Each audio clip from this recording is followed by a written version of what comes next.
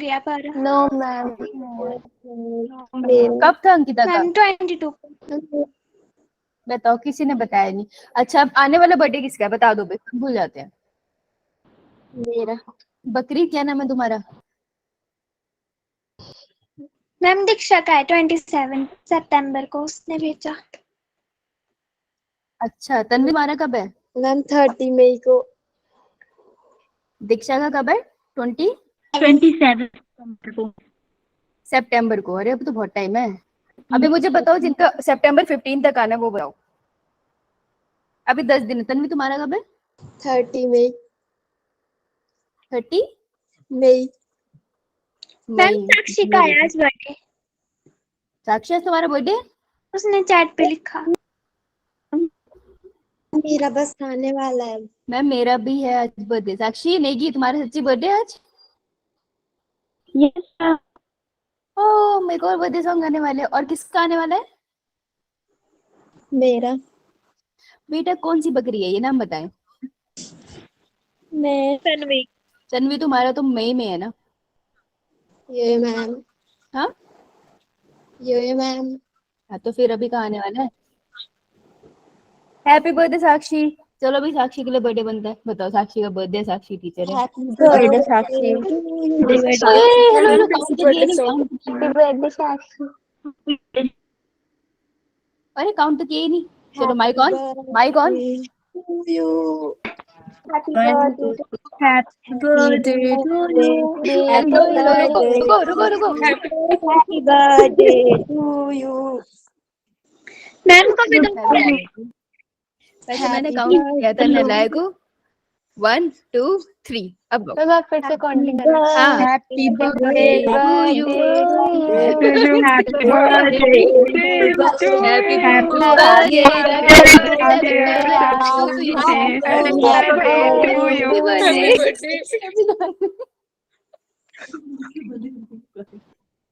उसका नाम भी साक्षी है ना, मुझे हंसी आ रही है। मेरे को हंसी आ रही है, उसका नाम भी साक्षी है। हैप्पी बर्थडे साक्षी। मैम आपका बर्थडे कब आता है? रुक जाओ, पहले एक साक्षी पे फोकस करते हैं। साक्षी अच्छा कितने साल की तो नहीं, मैं पूछूंगी। क्या किया तुमने? सब चुप कर जाओ। साक्षी, तुमने क्या किया आज?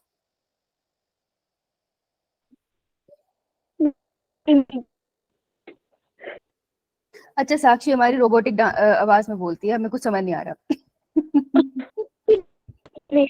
सिग्नल इशू है इसके बाद। चलो happy birthday Sakshi. I hope तुमने बिल्कुल पढ़ाई ना करके बहुत कुछ खाया पिया होगा। तुम्हारा तो नाम ही साक्षी है, तुम्हें तो खाना चाहिए। तुम्हारा तो बनता है। ओके, सो वो बहुत ही बेसुरी आवाज के साथ हम सबने फिर से गाया।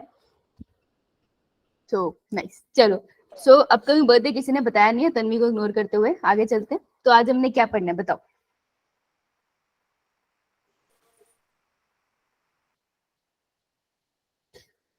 ओहो, 21 को था, तो नेक्स्ट बर्थडे के साथ तुम्हारा बर्थडे मनाएंगे, ठीक है अनुराधा? Yes ma'am. याद दिला देना। चलो फिर आज क्या पढ़ना था? Ma'am ethical issues. Ethical issues, yes, good, ठीक है। ओके, तो नेक्स्ट बर्थडे के साथ। हाँ बोलो। मैम अभी गोल्डन राइस भी कहाँ पढ़े थे? हाँ, एथिकल इश्यूज पढ़ने, गोल्डन राइस पढ़ने हैं हमने। गोल्डन राइस का केस पढ़ना है, एथिकल इश्यूज के बारे में पढ़ना है, और एक हमने जीन थेरेपी के बारे में पढ़ना है। 3 मेजर टॉपिक हमने पढ़ने हैं। उसके बाद एथिकल इश्यूज तो हम एनसीईआरटी से साथ में पढ़ेंगे, ठीक है?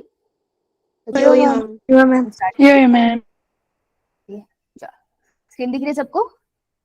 No ma'am. ठीक है, ठीक है, चलिए। थोड़ा सा डिले हो गया पर कोई बात नहीं, हैप्पी बर्थडे तो बनता है। देखो, तो आज हमें करना है गोल्डन राइस का छोटू सा केस है। जीन थेरेपी भी छोटू सा केस है, कोई बहुत बड़ा टॉपिक नहीं है कि मतलब पढ़ते रह जाएंगे, ऐसे कुछ नहीं है। तो हम ऐसे कर लेंगे। जो मेन था वो आरएनए इंटरफेरेंस वाली किस्सा था और बीटी कॉटन वाला, तो वो तो हमने कर लिया। तो फटाफट से ये कंप्लीट करो। To have 7th question MCQ है। करेक्ट चूज करना है आपको। आपको पता है चैट में आपको एक साथ आंसर देने हैं। आपके पास है 3 minutes and your time starts now. Start. जिसका हैप्पी बर्थडे उसको अलाउड है भैया, तो चाहे तो ना दे। नहीं, बाकियों का अलाउड नहीं।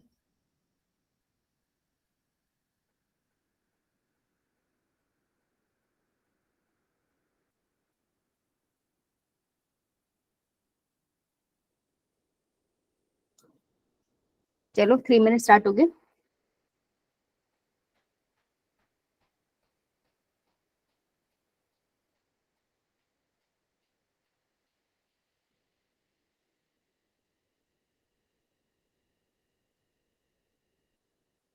दिख रहा है ना सबको?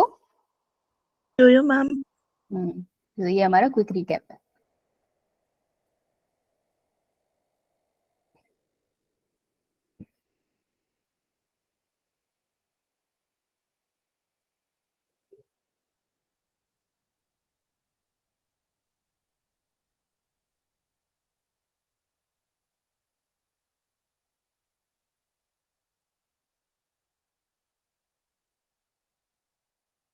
One minute done. 2 minutes left.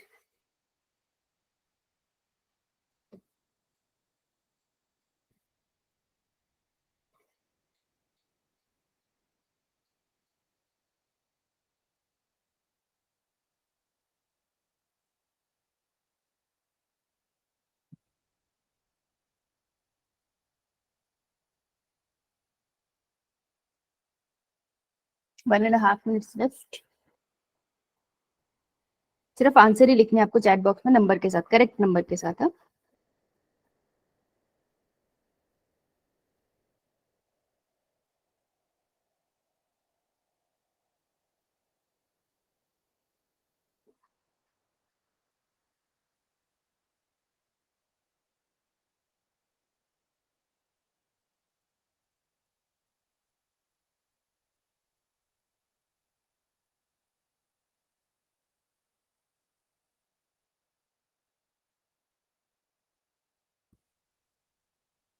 Last 1 minute.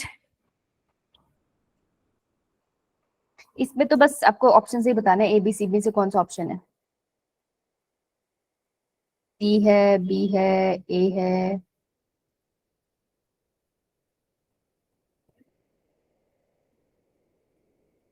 तुम्हें स्टेटमेंट पढ़ के क्वेश्चन निकालने में समय लगता है। जब एमसीक्यू देते हो तो तुम जल्दी करते हो, ऐसे टाइम लगता है। ओके,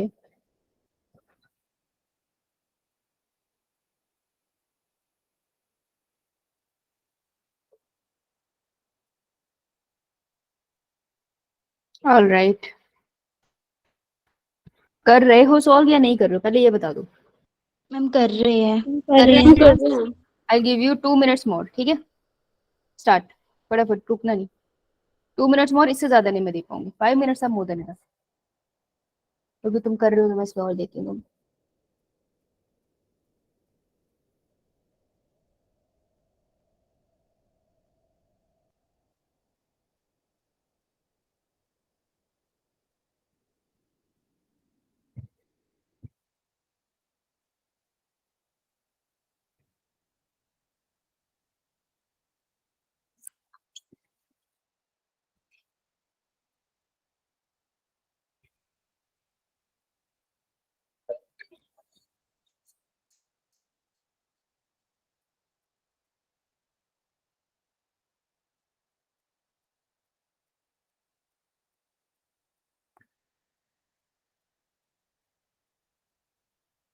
1 मिनट हो गए, 1 minute left.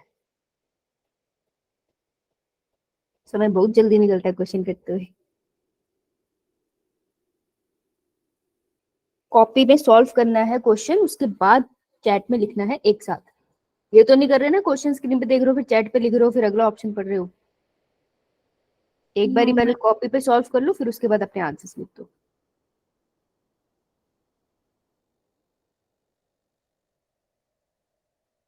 Last 30 seconds.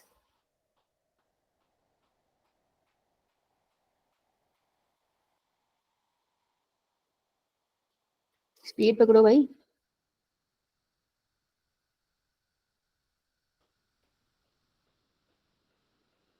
Last 20 seconds.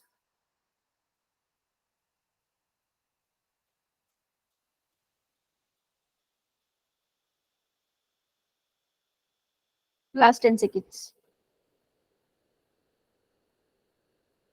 5 4 3 2 1।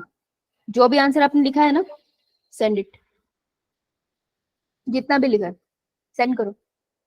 Let's see कितने बच्चों ने एक्चुअल में लिखा है।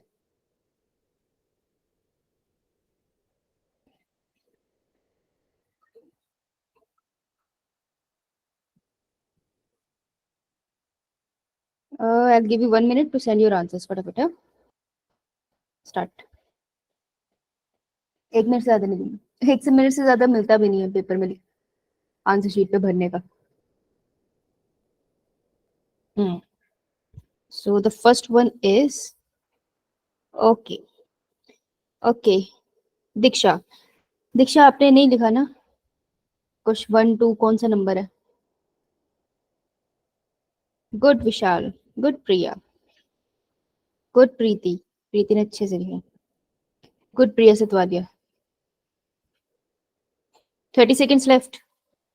दीक्षा, प्रिया सखियान, विशाल, प्रीति, प्रिया सतवालिया, इन्होंने लिखा। Ankita, Kritika, good Kritika, Ramita, okay Ramita, birthday girl ने भी लिखा है। Last 10 seconds. Shagun Pathania, okay okay okay, Bhuvaneshwari, Riya, okay stop, इससे ज्यादा नहीं देखूंगी। लास्ट मैंने देखा है रुशिल, ओके तान्या का, चलो एकदम टाइम पे है। शालिनी, गीता लेट हो गया। चलो भर लेते हैं इसको एक बार। RNI stands for RNA. I stands for interference. It is also called Gene silencing. gene silencing. Slicing नहीं, slicing नहीं, किसने बोला? माइक बंद।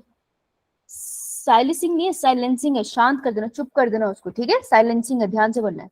The root node disease is treated by this technique. Root node but caused by, अब कौन सा organism ये disease कर रहा था? मिलेडोगाइनी इनकॉग्निशिया, ठीक है जी, nematode. A dash is introduced in plant root cell, तो किसको इंट्रोड्यूस किया प्लांट रूट सेल में हमने? कौन से फ्रेगमेंट को याद डाला?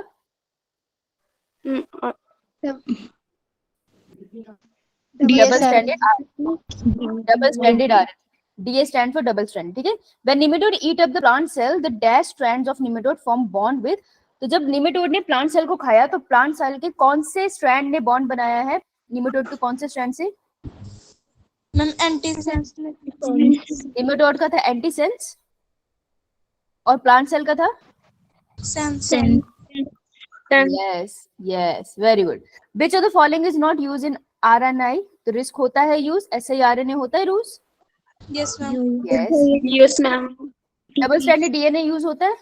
No, ma'am. No, ma'am. DNA कहाँ यूज होता है बेटा? DNA नहीं होता, देख डबल स्ट्रैंडेड RNA टेक्निक है ये, RNA वाली, ठीक है? डबल स्ट्रैंडेड RNA यूज होता है, तो answer would be C. Clear है? इतना जीता कि आपको 5 मिनट्स लगे ना, तो आप लोग रीडिंग बहुत स्लो करते हो, उसको रीड करके अपने आंसर्स लिखा करो भाई, आपकी स्पीड बहुत कम है इसमें, समझ आई? मैम। कल जब हम लोग करेंगे, चलो कल तो हमने वो करना है, कल तो तुम्हारा मॉक है ना, कौन सा टॉपिक आना है 11th का? Photosynthesis and hierarchy plant, right? So photosynthesis and hierarchy plant का, चलो तब तो तुम्हारा टेस्ट ही है, वही रिवाइज करेंगे।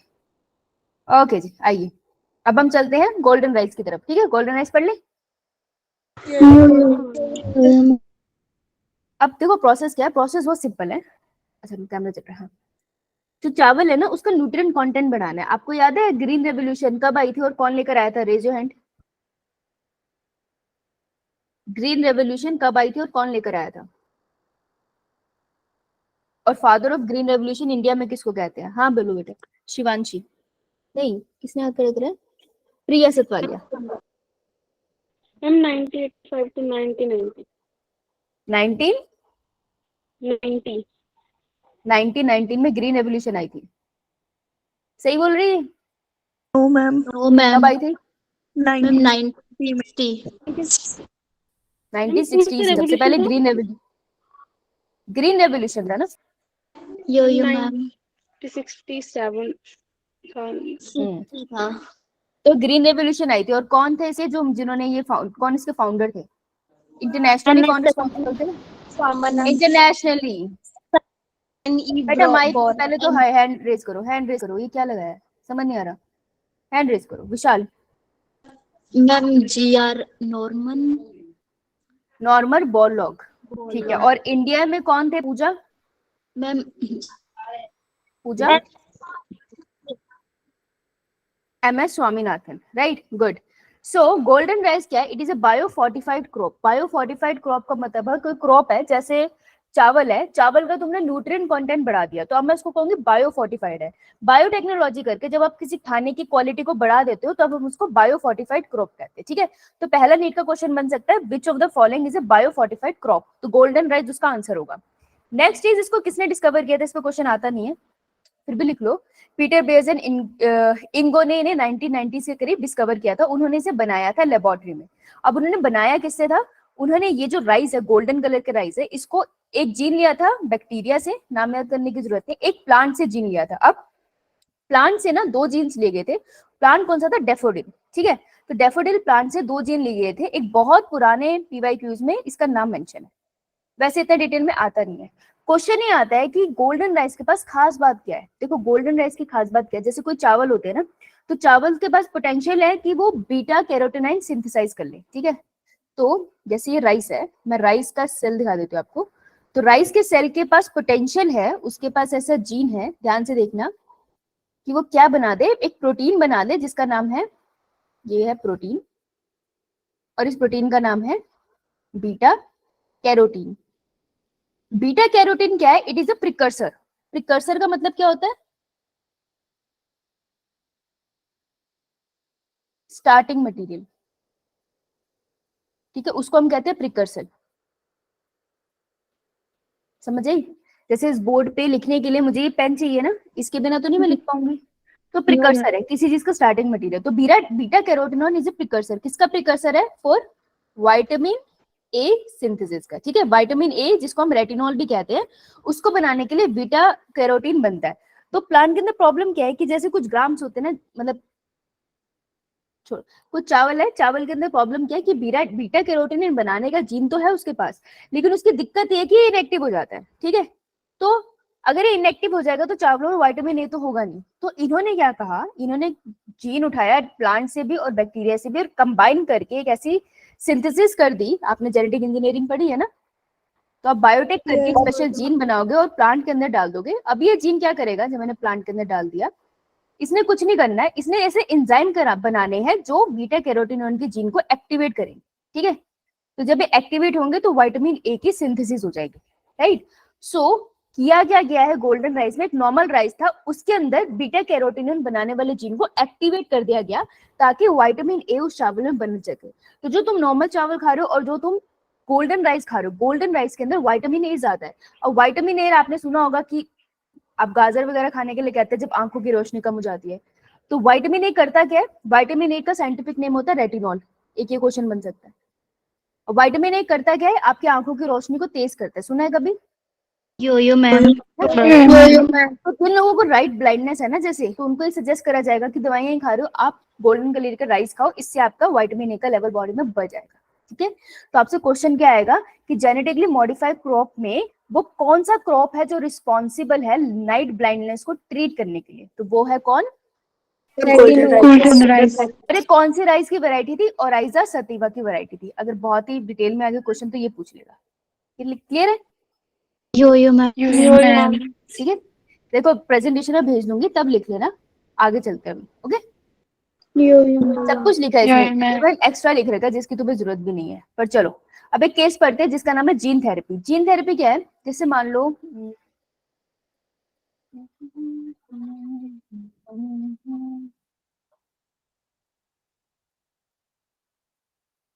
जैसे डीएनए होता है, तो डीएनए कैसे कंडेंस होके पड़ा होता है ना हमारी बॉडी में।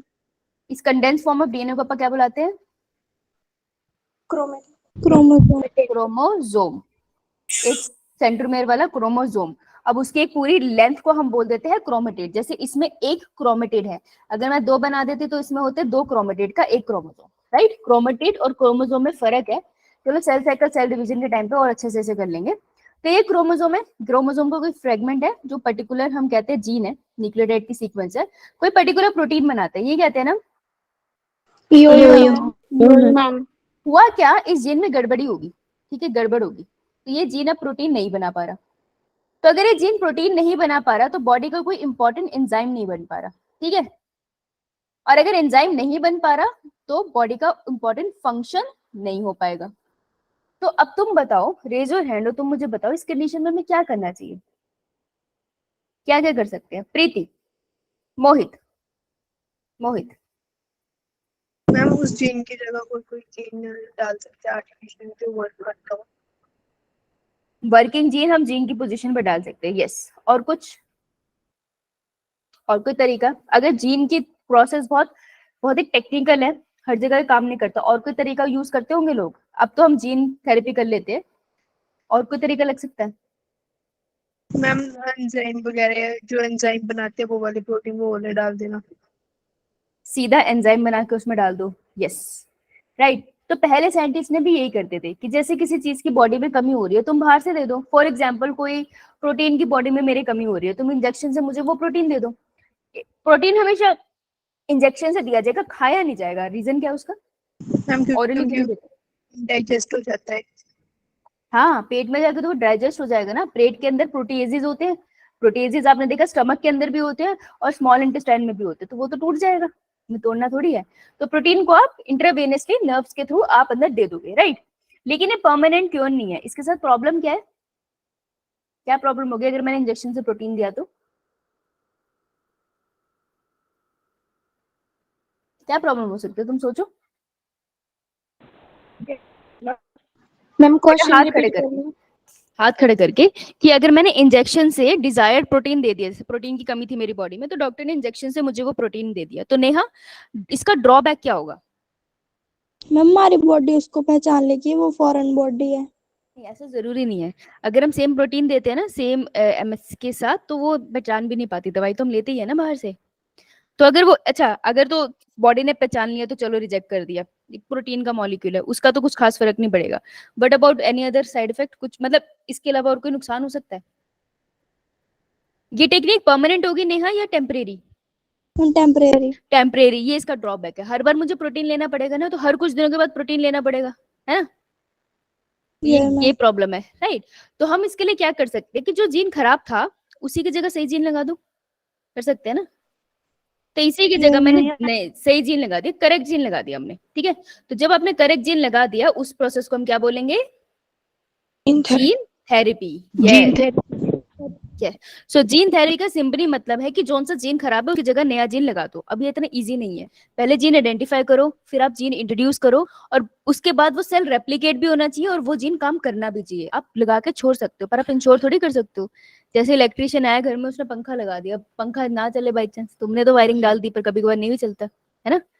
सो जीन थेरेपी के साथ भी ये थोड़ा सा एक इशू है कि हम गारंटी नहीं दे सकते हो पाएगा। नाउ द थिंग इज, हमने कहा कि हमारे सेल में कमी है। फॉर एग्जाम्पल तुम सोचना और रेज योर हैंड कि मैं कह रही हूँ प्रॉब्लम है मेरे डब्ल्यूबीसी में। डब्ल्यूबीसी का एक जीन है, ध्यान से देखना, और ये जीन हो गया डिफेक्टिव। अगर इसमें डिफेक्ट आ गया तो प्रोटीन नहीं बनेगा, प्रोटीन नहीं बनेगा तो फंक्शन नहीं परफॉर्म होगा, ठीक है। तो हमने, जैसा कि नेहा ने बोला कि इसको रिप्लेस कर लेते हैं, ठीक है। न्यू जीन डाल दिया, मैंने न्यू जीन डाल दिया तो प्रोटीन बनने लग गया, फंक्शन ही परफॉर्म होने लग गया। लेकिन इसके साथ एक ड्रॉबैक है। क्या ड्रॉबैक होगा? ड्रॉबैक क्या है? सोचो, ध्यान से देखो।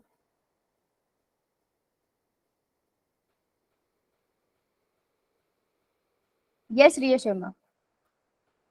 मैम जब WBC की डेथ हो जाएगी तो जीन भी साथ में। वेरी गुड, शाबाश। फिर WBC इमॉर्टल सेल थोड़ी है, ये तो मॉर्टल है ना। 80 to 140 डेज के बीच में इन्होंने मर जाना है। जब ये मर जाएगा तो उसके साथ वो जीन भी तो चला गया, जरूरी थोड़ी बाकी वाली जनरेशन में वो गया या नहीं। इन दैट केस हम मुझे फिर से थोड़े टाइम के बाद दोबारा से किसी सेल को निकालना पड़ेगा, जीन डालना पड़ेगा, फिर ह्यूमन बॉडी में डालना पड़ेगा, फिर से वो मर जाएगा। तो ये काम बढ़ नहीं गया हमारा, है ना। क्योंकि सेल मॉडल है, इमॉर्टल नहीं है। मॉर्टल है मतलब मर सकते हैं, इस वजह से this process is also temporary, है ना। तो इसका सॉल्यूशन क्या है? इसका सॉल्यूशन है कि आप जीन थेरेपी कर दो जब बच्चे एम्ब्रियोनिक स्टेज में है। फॉर एग्जाम्पल जब मैं मदर के वूम में थी, उस टाइम पे मेरी बॉडी बनना स्टार्ट हुई थी। तो अगर मेरी बॉडी में डिफेक्ट है, लेट्स से डब्ल्यूबीसी में डिफेक्ट है, तो डब्ल्यूबीसी जिस स्टेम सेल से बनते हैं ना, उस स्टेम सेल को बाहर निकालते, उसके अंदर सही जीन डालते, उस स्टेम सेल को मेरी बॉडी में डालते, वो पूरी जिंदगी सही वाले डब्ल्यूबीसी ही बनाते, क्योंकि हमने स्टार्टिंग में प्रोग्रामिंग सही कर दी है ना। समझ आया ये बात? तो जीन थेरेपी सबसे ज्यादा सक्सेसफुल है अगर वो एम्ब्रियोनिक स्टेज पे की गई है। मतलब तुमको पहले से पता होना चाहिए कि बच्चे को ये डिफेक्ट हो सकता है, राइट? तो अर्ली डायग्नोसिस अगर डिजीज की पॉसिबल है तो जीन थेरेपी इफेक्टिव है, otherwise gene therapy permanent cure नहीं है, पर टेम्परेरी क्योर जरूर है। इतना क्लियर? अभी आपको ये दोनों एग्जाम्पल लिख लो एक बार तो ना, ऐसे ही लिख लो, उसके बाद मैं आपको एनसीईआरटी का एग्जाम्पल कराती हूँ।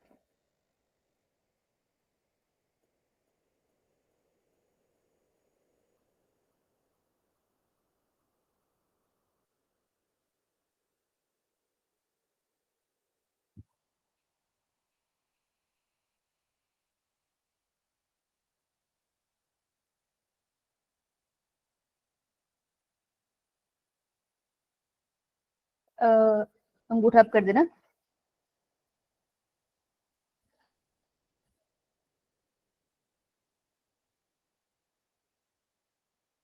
ओके तान्या, नैन्सी, भूमिका, नवप्रीत, तान्या, भूमि, विशाल, प्रिया, शगुन, अर्चू, रितिका, रमिता, बाकी बच्चे बेटा थोड़े से और। अंकिता का भी हो गया, प्रकृति का भी हो गया, हर्षे आपका हुआ?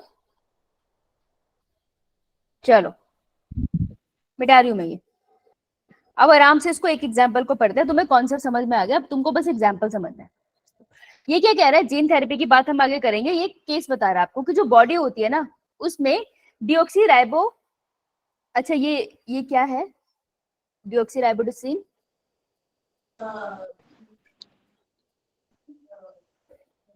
क्या चीज है ये सॉरी एडिनोसिन? हाथ खड़े करना। What do you mean by deoxy adenosine?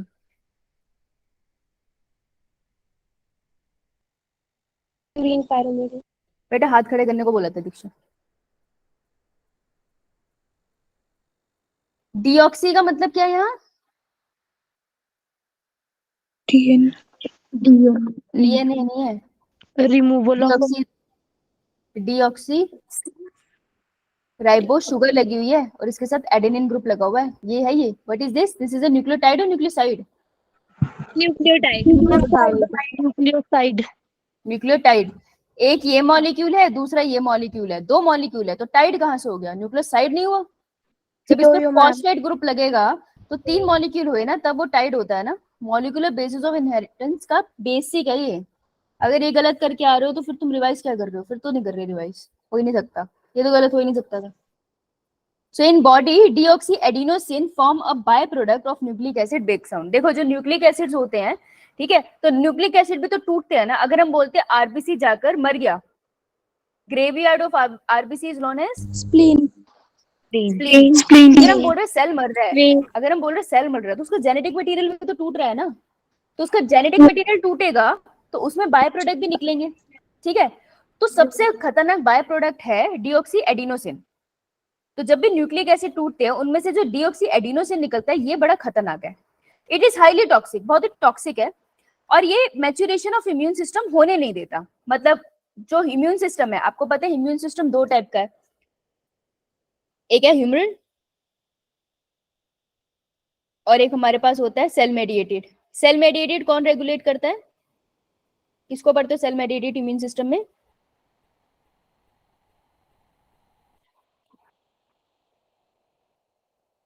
बेटा क्या फायदा आगे बढ़ने का, तुमको पीछे का कुछ भी याद नहीं है। और ये तो वो वाले पॉइंट्स है जो मैंने बोला था कि यहाँ से क्वेश्चन पक्का आता है। But is cell mediated immunity. आवाज नहीं आ रही मेरी? मैम धीरे धीरे आ रही है, बिल्कुल धीरे धीरे आ रही है? अच्छा कौन तो बोली, अभी आ रही है सबको? मैम। कनेक्टिविटी का तो कोई इशू नहीं है, प्रीटी श्योर वाईफाई तो बहुत बढ़िया से चल रहा है। सो बताइए, सेल मेडिएटेड इम्यून रिस्पॉन्सिबल के लिए कौन, सेल मेडिएटेड इम्यूनिटी के लिए कौन रिस्पॉन्सिबल है? B and T cells. B and T cell दोनों रिस्पॉन्सिबल है सेल मेडिएटेड के लिए।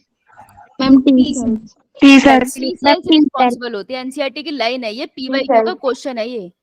एक बच्चे ने बोल दिया, बाकियों को बोलने की जरूरत नहीं ना, सुन के। और ह्यूमरल के लिए बी सेल्स। तो बेटा ध्यान से सुनना, डीऑक्सी एडिनोसिन जो होता है वो बहुत टॉक्सिक होता है, specially maturation of T cells.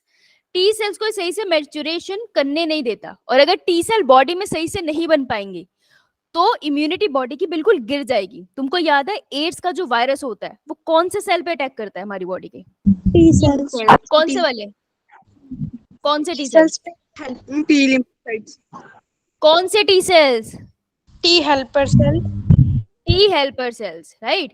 Similarly अगर ये टॉक्सिसिटी सेल मेडिएटेड इम्यूनिटी को बनने नहीं दे रही है तो हमारी बॉडी का इम्यून सिस्टम गिर गया ना, बिल्कुल, राइट। सो बॉडी ने कुछ तो कर रखा होगा ना, क्योंकि मेरी बॉडी में जेनेटिक मटेरियल तो टूट ही रहा है, उसके अंदर डीऑक्सी एडिनोसिन निकलता ही होगा, तो वो तो हाईली टॉक्सिक है, लेकिन मेरी बॉडी में फिर भी सेल मेडिएटेड इम्यून सिस्टम चल रहा है। मतलब बॉडी ने क्या कर रखा है, नॉर्मल कंडीशन का केस है ये, कि हमारी बॉडी में एक जीन होता है जिसका नाम है एडीए। ठीक है, ये जो जीन है ये प्रोटीन बनाता है जिसका नाम है ADA protein, which is an enzyme. So adenosine deaminase enzyme की फॉर्मेशन करता है एडिनोसिन डीएमिनेज का जीन। इतनी बात क्लियर? एडीए क्या करता है, ये जो डीऑक्सी एडिनोसिन होता है इसको कर देता है वो ब्रेक। ठीक है, आपको बाय प्रोडक्ट जानने की जरूरत नहीं है। तो एडीए ने क्या करा, इसको ब्रेक कर दिया। अब एक हेल्थ कंडीशन होती है जिसके केस में एडीए की सिंथेसिस रुकती है। सोचो जीन खराब हो गया एडीए का, तो एडीए एंजाइम बनेगा नहीं, और अगर एडीए का एंजाइम बनेगा नहीं तो बॉडी में क्या अक्यूमुलेट होने लग जाएगा?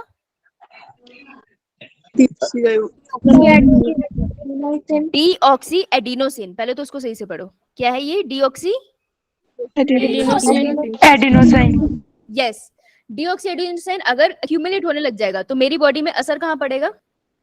इम्यून सिस्टम में। कौन सा इम्यून सिस्टम बैठ जाएगा? Cell mediated. तो हाँ, ओवरऑल इम्यून सिस्टम मेरी बॉडी का गिर गया, इसकी वजह से एक डिजीज पैदा हो जाती है जिसका नाम है स्किड।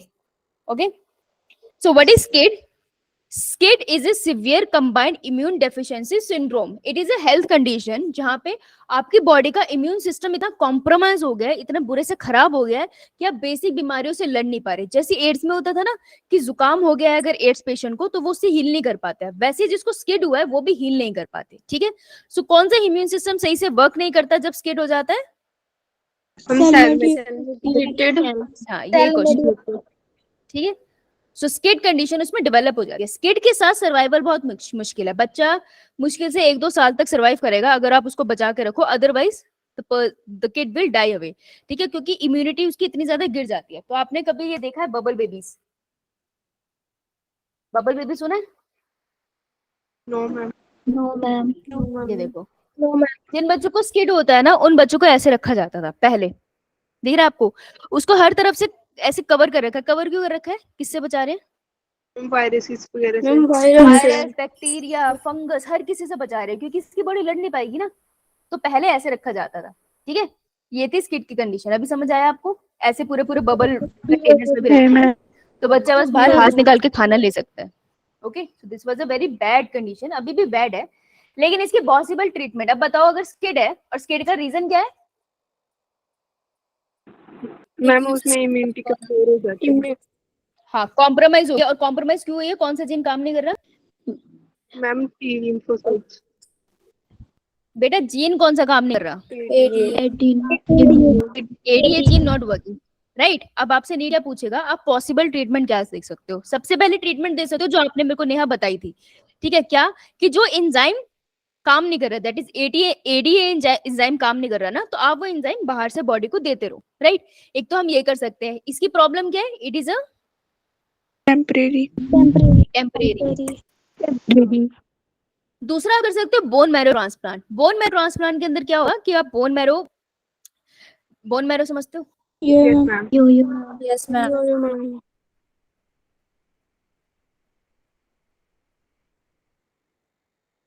जो लॉन्ग बोन्स के एंड हो रहे हैं वहां पर आपको ये मैरो रीजन दिखता है।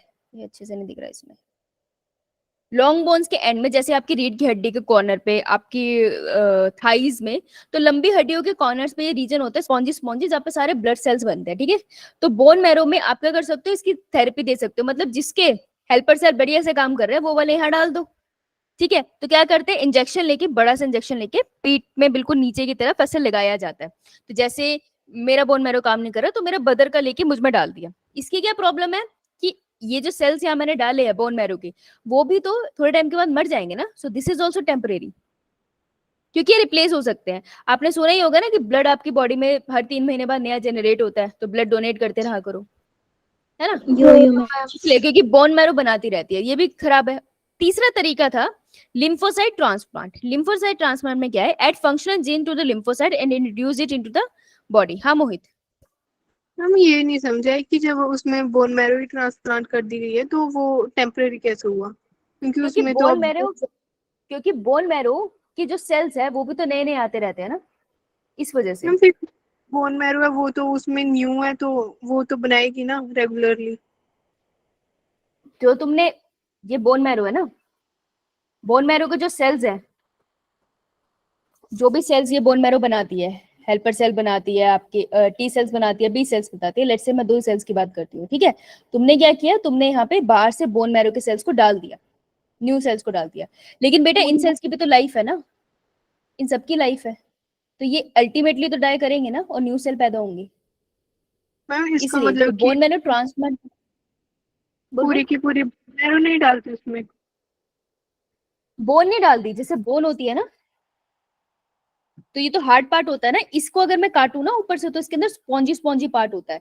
ब्लड के साथ हम लोग एक तरह से ब्लडी सॉल्यूशन होते हैं लिक्विड से, तो हम वो स्पॉन्जी स्पॉन्जी पार्ट ऐसे हड्डी को पूरा छेद करके उसके अंदर स्पॉन्जी पार्ट को डाल देते हैं। तो बोन मैरो का मतलब पूरी हड्डी रिप्लेस करना नहीं होता, उसके अंदर के स्पॉन्जी पार्ट को इंट्रोड्यूस करना होता है। Okay ma'am, okay ma'am. ठीक है, इसलिए बोन मैरो कंप्लीट नहीं होती। जो कैंसर पेशेंट में काफी है, ब्लड कैंसर किसी को है तो बोन मैरो ट्रांसप्लांट होता है, लेकिन परमानेंट नहीं होता, उनको भी 10 साल के बाद, अब सबका अपना अपना टाइम होता है, तो जहां तक मुझे पता है 10 सालों के बाद आपको दोबारा से रिप्लेसमेंट लेना पड़ता है, ठीक है। तो ये भी टेम्परेरी।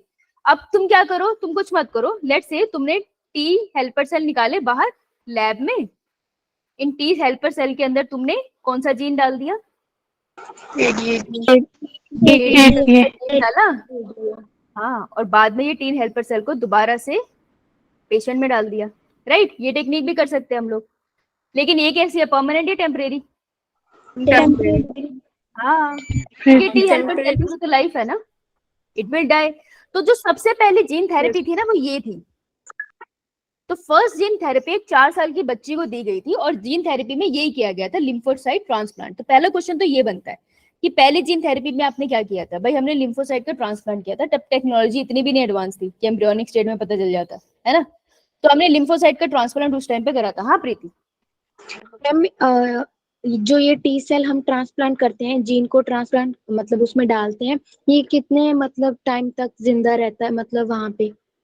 वैसे तो पेशेंट टू पेशेंट वेरी करता है, पर जब हम जो टी सेल्स की बात करें, लगभग 80 टू 100 डेज तक की इनकी लाइफ होती है। उसके फिर साथ मैम बाद अगर हम थोड़े मतलब इतने डेज के बाद हम फिर से उसमें ये जीन ट्रांसप्लांट कर दे तो उसकी लाइफ इंक्रीज हो सकती है कि लाइफ नहीं? नहीं इंक्रीज होगी, सेल की लाइफ तो उतनी रहेगी, पर हम पेशेंट में बार बार डालते रहेंगे, ये कर सकते हैं हम, सेल की लाइफ तो उतनी रहेगी। मैम पेशेंट की बात कर रही थी। हाँ, जितने टाइम तुम ट्रीटमेंट देते रहोगे उतने टाइम तक वो चलेगी, पर एक सर्जरी का एक डर भी तो होता है ना इंसान को, हर बार हॉस्पिटल जा रहे इंजेक्शन लगा ले तो मेंटली इफेक्ट पड़ता है। पर हाँ, जब तक ट्रीटमेंट दोगे तब तक तो सर्वाइव करना चाहिए। बाकी किसी की बॉडी रिस्पॉन्स करना बंद कर दे वो हम कह नहीं सकते, है ना। यो मैम। नाउ सो ये वाली जीन थेरेपी थी जो सबसे पहले दी गई थी, याद रखना, लिम्फोसाइट ट्रांसप्लांट। अब जीन थेरेपी और एडवांस हो गई, वो क्या कहते हैं कि जो फंक्शनल एडीए का जीन है ना, अपन उसको एम्ब्रियोनिक स्टेज में बोन मैरो में डाल देंगे। जब बोन मैरो बनने वाला है ना जिस सेल से, वहां पर डाल दो वो वाला जीन, तो फिर सारे सेल सही बनेंगे ना, फिर तो गड़बड़ हो ही नहीं सकती। तो अब स्टेम सेल में चेंज कर दो, फिर तो कोई इशू हो नहीं सकता, राइट। तो now we do this one, we try to do this one जहां पर भी पॉसिबल है। क्लियर है? तो 1990s में पहला 4 साल की लड़की थी जिसे दिया गया था असानी दी सिल्विया। इसकी मैं आपको वीडियो भेजूंगी, ठीक है, इसका इंटरव्यू है, शी स्टिल मतलब शी इज अलाइव, आप वीडियो देख सकते हो। ओके चलो, ऑलराइट, चले फिर एनसीईआरटी करने। ठीक है, ये वाला पेज निकालो, पेज नंबर बताओ आपके बुक में कौन सा है?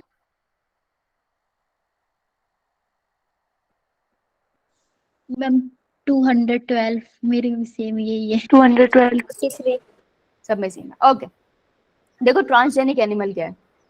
ट्रांसजेनिक एनिमल है कि कोई एनिमल लो, कोई भी एनिमल लो जिस पे तुमको रिसर्च करनी है, और उसका जेनेटिक मटेरियल आप क्या कर दो, मॉडिफाई। अब जब मैंने कहा जेनेटिक मटेरियल मॉडिफाई कर दो, तो अब जो एनिमल बना उसको हम कहते हैं ट्रांसजेनिक एनिमल।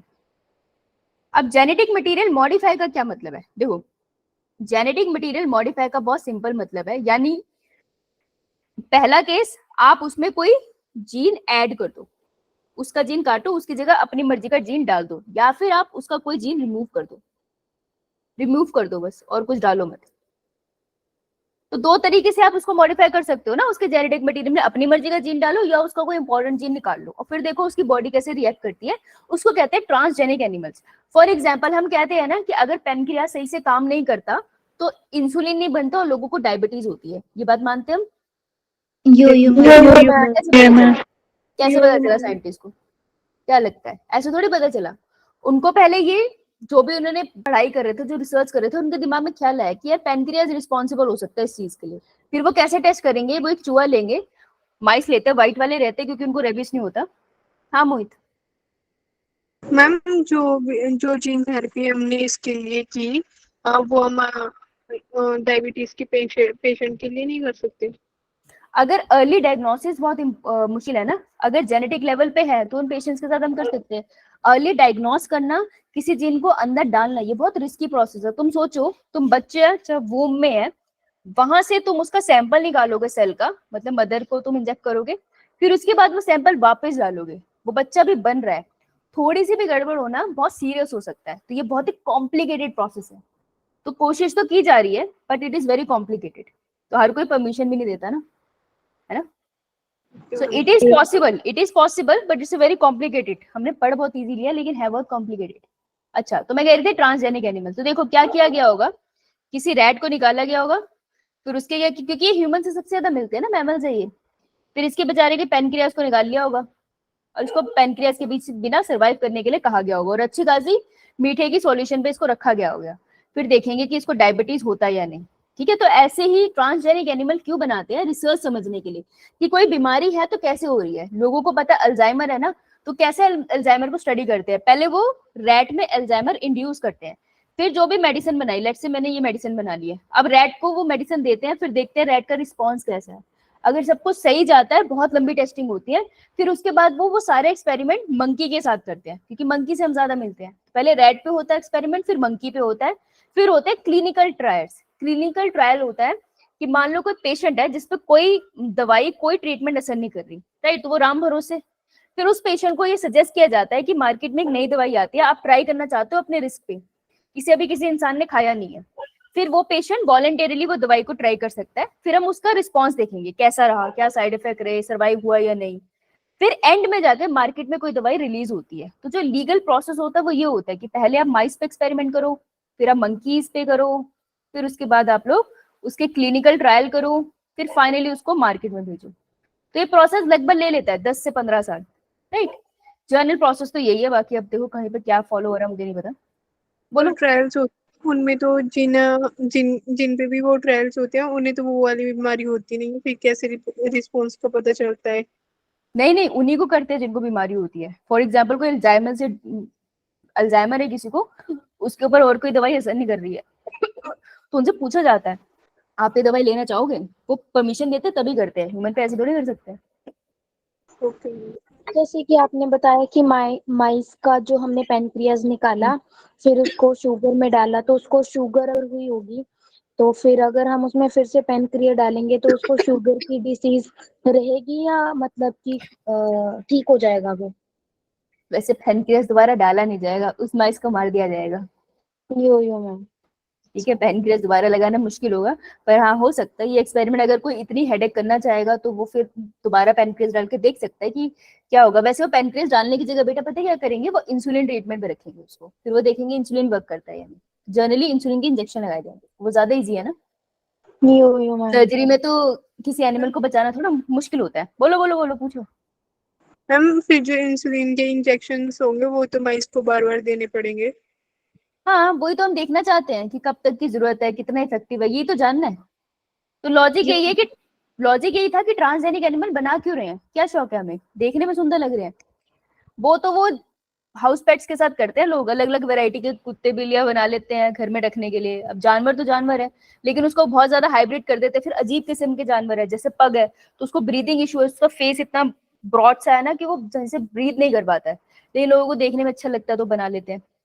वो तो बिजनेस है। ट्रांसजेनिक एनिमल बायोलॉजी में इसलिए बनाए जाते हैं ताकि आप किसी बीमारी को स्टडी कर सकते हो, ताकि आप किसी दवाई का इफेक्ट स्टडी कर सकते हो। मेन पर्पस ये होता है, ठीक है। तो ये होते हैं ट्रांसजेनिक एनिमल्स, ठीक है। अब नॉर्मल फिजियोलॉजी एंड डेवलपमेंट, अब ये बता रहे हैं, let us explore some of the common reasons. हाँ मोहित बोलो बोलो बोलो। जो डायबिटीज पेशेंट्स होते हैं उन्हें डेली के इंसुलिन का इंजेक्शन लेना पड़ता है। इंसुलिन की इंजेक्शन वाली स्टेज ना बहुत एंड में जाके आती है। इनिशियली तो आपको डाइट कंट्रोल करने के लिए कहा जाता है, ठीक है, और थोड़ा ट्रीटमेंट पे रखा जाता है। उसके बाद अगर किसी का बिल्कुल ही नहीं हो पा रहा होता, लास्ट में इंसुलिन के इंजेक्शन देते हैं वो, तो वो बिल्कुल लास्ट में किसी को दिए जाते हैं, एंड डिपेंड करता है किसको कितना है, राइट। जैसे मेरी बुआ को है तो वो पहले हफ्ते में एक बार लेती थी, अब उनकी एज काफी हो गई है तो उनको रोज लेना पड़ता है। तो that depends from person to person. बोलो। हमारी क्लास में एक लड़का है वो डेली इंसुलिन के इंजेक्शंस लेता है। तो उसकी उसकी diabetes not is in a bad condition, तो उसको लेना पड़ रहा है, बैड में। साथ में उसको डाइट भी मेंटेन करनी पड़ती है ना, राइट। सुनो, ये पर्सन टू पर्सन वेरी करता है। तो कुछ कॉमन रीजन है। पहला, नॉर्मल फिजियोलॉजी एंड डेवलपमेंट। मैं पढ़ना चाहती हूँ कि पेनक्रियास का मेरी बॉडी में क्या यूज है, तो मैं ट्रांसजेनिक एनिमल बनाऊंगी और पेनक्रियास के यूज के अंदर देखूंगी कि भाई कैसे हो रहा है कैसे नहीं। अच्छा, अगर मैं देखना चाहती हूँ कि पर्टिकुलर जीन को छेड़ने से बॉडी पे क्या इफेक्ट होता है, तो मैं माइस के उस जीन को छेड़ दूंगी और फिर माइस का इफेक्ट देखूंगी, वो डे टू डे एक्टिविटी कैसे कर रहे हैं। तो नॉर्मल फिजियोलॉजी और डेवलपमेंट को समझने के लिए हम ट्रांसजेनिक एनिमल बनाते हैं। ये हेडिंग्स इंपॉर्टेंट है, स्कूल में आएगी तो हेडिंग के साथ आंसर लिखना। नीट में हेडिंग के साथ आपको क्वेश्चन पूछ सकते हैं, ठीक है। स्टडी ऑफ ए डिजीज, आप ट्रांसजेनिक एनिमल बनाते हो ताकि आप बीमारियों को स्टडी कर सको। बायोलॉजिकल प्रोडक्ट, आप ट्रांसजेनिक एनिमल इसलिए भी बनाते हो ताकि आपको उनसे बायोलॉजिकल अच्छे प्रोडक्ट मिल पाए जो आपकी रिक्वायरमेंट है। फॉर एग्जाम्पल, आपको याद है हमने इंसुलिन बनाया था, यस यो यो ट्रांसजेनिक एनिमल्स हम इकोलाई के साथ छेड़छाड़ करके बनाते हैं ना इंसुलिन, यो यो बायोलॉजिकल प्रोडक्ट निकाला ना उससे। अब नीट का क्वेश्चन यहाँ पे कैसे आएगा, देखो दो चीजें हैं यहाँ पे, मैं इसको पास कर रही हूँ। देखो, एक है हमारे पास अल्फा 1 एंटीट्रिप्सिन, और दूसरा क्वेश्चन आपका आएगा रोजी काउ से, ठीक है। सो देखो, ये वाला पढ़ेंगे साथ में। Medicine required to treat certain human diseases can contain biological product, but such products are often expensive to make. वो कह रहे हैं जो दवाइयां हम खाते हैं बीमारियों को ठीक करने के लिए, वो हम लिविंग ऑर्गेनिज्म से ले सकते हैं, लेकिन कभी कभार ये प्रोडक्ट बहुत महंगे होते हैं मार्केट से खरीदना। So transgenic animals that produce useful biological products can be created by the introduction of the portion of DNA. For example, जैसे अगर आप साउथ हो गए, स्पेशली केरला की तरफ, तो वहां के जंगलों में ईस्ट वेस्टर्न घाट्स की तरफ, एक तो केरला एक वेस्टर्न घाट्स पर जाता है, जो वहां पर बहुत ज्यादा अनएक्सप्लोर्ड एरिया है पेड़ों का, तो वहां पर आपको बहुत हर्ब्स मिलते हैं। तो दे एक्चुअली क्लेम, मुझे ना वो ट्राइब नहीं याद, तो एक ट्राइब है वहां पे, वो जो क्लेम करते हैं कि वहां पर ऐसी जड़ी बूटी है which can treat certain kind of cancers, ठीक है। अब केरला से एक्सपोर्ट करके अपने पास लेके आना it's a very difficult task, right. और हर किसी को एक्सेसिबल नहीं होगा पूरी दुनिया में, दुनिया तो बहुत बड़ी है।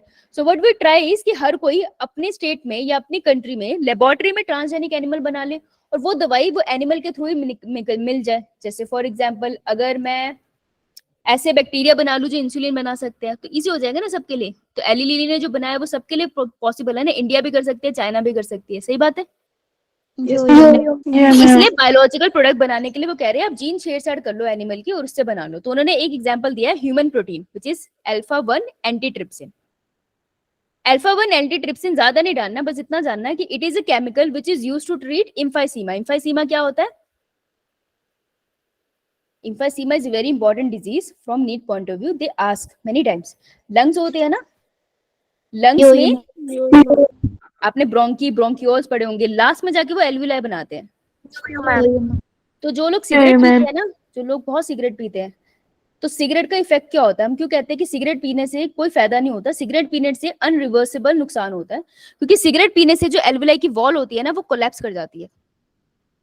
अगर एल्विलाई की वॉल कोलैप्स करेगी तो इंसान सांस ले पाएगा?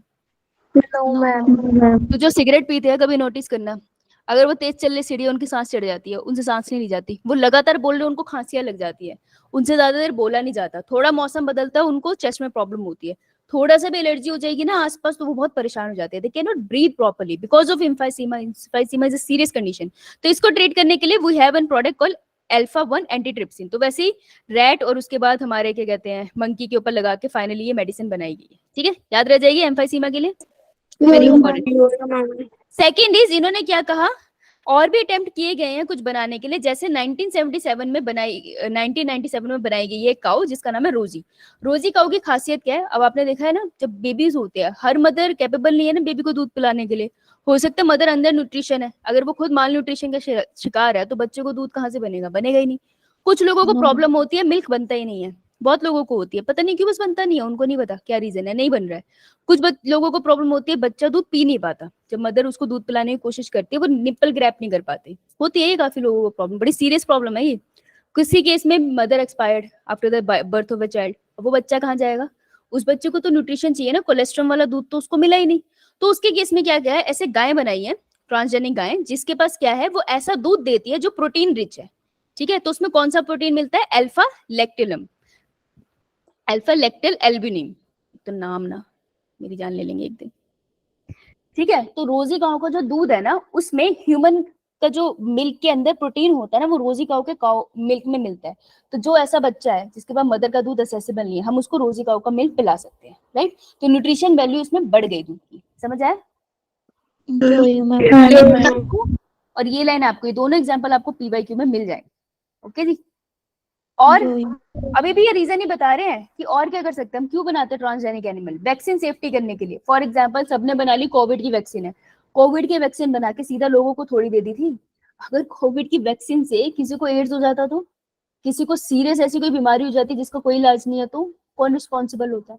तो कोविड की वैक्सीन बनके पहले एनिमल्स पे टेस्ट हुई है, उसके बाद ह्यूमन पे आएगी। इसलिए किसी वैक्सीन को बनने में टाइम लगता है। At the time of epidemic ये होता है कि वैक्सीन ज्यादा टेस्ट में होती है, फिर वो रिलीज करनी पड़ती है क्योंकि वो एपिडेमिक है। लेकिन उसके अलावा कोई भी वैक्सीन अगर मार्केट में है ना, उसकी टेस्टिंग होती है। तो वैक्सीन की टेस्टिंग करनी है, अगर मुझे टेस्ट करना है कि एक दवाई है जो कार्डियक अरेस्ट अगर किसी को हुआ है ना, मैं वो वैक्सीन लगाऊं तो वो रिकवर कर जाएगा, तो पहले मैं रैट बनाऊंगी जिनको कार्डियक अरेस्ट कराऊंगी और फिर उनको वैक्सीन लगा के देखूंगी काम कर रही है या नहीं। तो वैक्सीन की सेफ्टी जानने के लिए भी हम ट्रांसजेनिक एनिमल बनाते हैं। हम ऐसे एनिमल बनाते हैं जिनको बीमारी हो, ठीक है? उसके अलावा केमिकल सेफ्टी टेस्टिंग भी होती है। केमिकल्स भी, हम जो कोई भी केमिकल यूज करते हैं, घर में फर्श साफ करने के लिए भी तो केमिकल डालते हो, वॉशरूम साफ करने के लिए केमिकल डालते हो। टॉक्सिसिटी लेवल देखना होता है कि कोई भी केमिकल है वो कितना टॉक्सिक है, मतलब कितनी वैल्यू के बाद वो टॉक्सिक हो जाएगा। इतनी वैल्यू तक वो ठीक है, तो मगर मैं इतना सर्फ यूज कर रही हूँ तो ठीक है, इससे ज्यादा कपड़ों पर यूज कर रही हूँ तो कपड़े फटने लग गए। तो टॉक्सिसिटी को भी जज करने के लिए हम ट्रांसजेनिक एनिमल बनाते हैं। इसलिए एनिमल्स का बहुत अब्यूज भी होता है, देखा जाए तो हमने फायदे के लिए हम करते हैं। तो these are some 6 reasons for which we made transgenic animals. ये आ सकता है स्टेटमेंट बेस में, समझ आया? ये सब रेगुलेट कौन करता है कि कोई एक्सप्लॉइट ना कर ले एनिमल को या कुछ ना कर ले? एक ऑर्गेनाइजेशन थी, क्या नाम था? जेनेटिक इंजीनियरिंग अप्रूवल कमेटी, जो इंडिया के अंदर ये देखती है कि दवाई बन रही है लीगल तरीके से बन रही है या नहीं, ज्यादा एक्सप्लॉइटेशन तो नहीं हो रहा है एनिमल्स का, वो सही से मार्केट में जा रही है, कोई साइड इफेक्ट तो नहीं है। मान लो किसी ने दवाई बनाई, किसी ने कहा हम कोविड ठीक कर सकते हैं, उसने दवाई बना दी, लेकिन उसकी दवाई की वजह से बहुत सीरियस साइड इफेक्ट है, लोगों को नोज ब्लीडिंग होने लग गई है, फिट्स पड़ने लग गए हैं, तो बहुत सीरियस कंडीशन है ना, तुम दवाई दे रहे हो उसको दौरे पड़ रहे हैं, फिट्स मतलब दौरे। तो ये जीईएसी की कमेटी है जो ये रेगुलेट करेगी, टेस्टिंग के बाद सारे रिजल्ट देखेगी, और अगर उनको दिखेगा ना कि दवाई नुकसान पहुंचा रही है तो वो उस दवाई को मार्केट में उतरने नहीं देगी। तो ये इनका काम होता है। अब थोड़ा समझ आया? बस अब 2 टॉपिक है, बायोपायरेसी एंड एथिकल रीजंस। हाँ, बायोपायरेसी एंड बायोपेटेंट 2 टॉपिक है, will do that later on. So बताओ भाई, समझ आया सबको? ठीक है, तो जाने से पहले यही कर लेते एक बार। बताओ भाई, golden rice, raise your hand, किस में रिच होते हैं, कौन से विटामिन में रिच होते हैं? Bhumi, ma'am vitamin A. Vitamin A में होते हैं, गुड। अच्छा जगदीश, मिलाइडोगाइनी इनकॉग्निशिया के कौन सा स्ट्रैंड होता है? मिलाइडोगाइनी इनकॉग्निशिया की जो भी एसेंशियल प्रोटीन बनना है उसका कौन सा स्ट्रैंड होता है जो जाके अटैच हो जाता है आरएनए इंटरफेरेंस के केस में दूसरे एमआरएनए के स्ट्रैंड से जो हमने इंट्रोड्यूस करा है? मैम एक बार रिपीट कर। मिलाइडोगाइनी इनकॉग्निशिया का वो कौन सा स्ट्रैंड होता है जिसमें हम आरएनए इंटरफेरेंस कराते हैं? एंटीसेंस या मैम स्ट्रेंस? एंटीसेंस। एंटीसेंस होता है, सही बोल रही है? सेंस। मिलाइडोगाइनी इनकॉग्निशिया का सेंस स्ट्रैंड होता है, दूसरे वाले का एंटीसेंस होता है। देखो उसका सेंसिबल चल रहा था सब कुछ, हमने एक बहुत ही एंटीसेंस वाली बात कर दी। तो याद रखना मिलाइडोगाइनी की जिंदगी में सब बढ़िया चल रहा था, everything was making sense. RNA interferes करा के हमने एंटीसेंस करवा दी चीजें, ठीक है? तो बाहर से एंटीसेंस आया और अंदर सेंस था। क्लियर? मैडम। ठीक है, गुड। स्किड क्या होता है मोहित? कंडीशन क्या होती है बता दो, फुल फॉर्म नहीं पता तो। मैम जिसमें इम्यूनिटी लेवल बहुत ज्यादा लो हो जाता है और कोई भी छोटी मोटी बीमारी बंदे को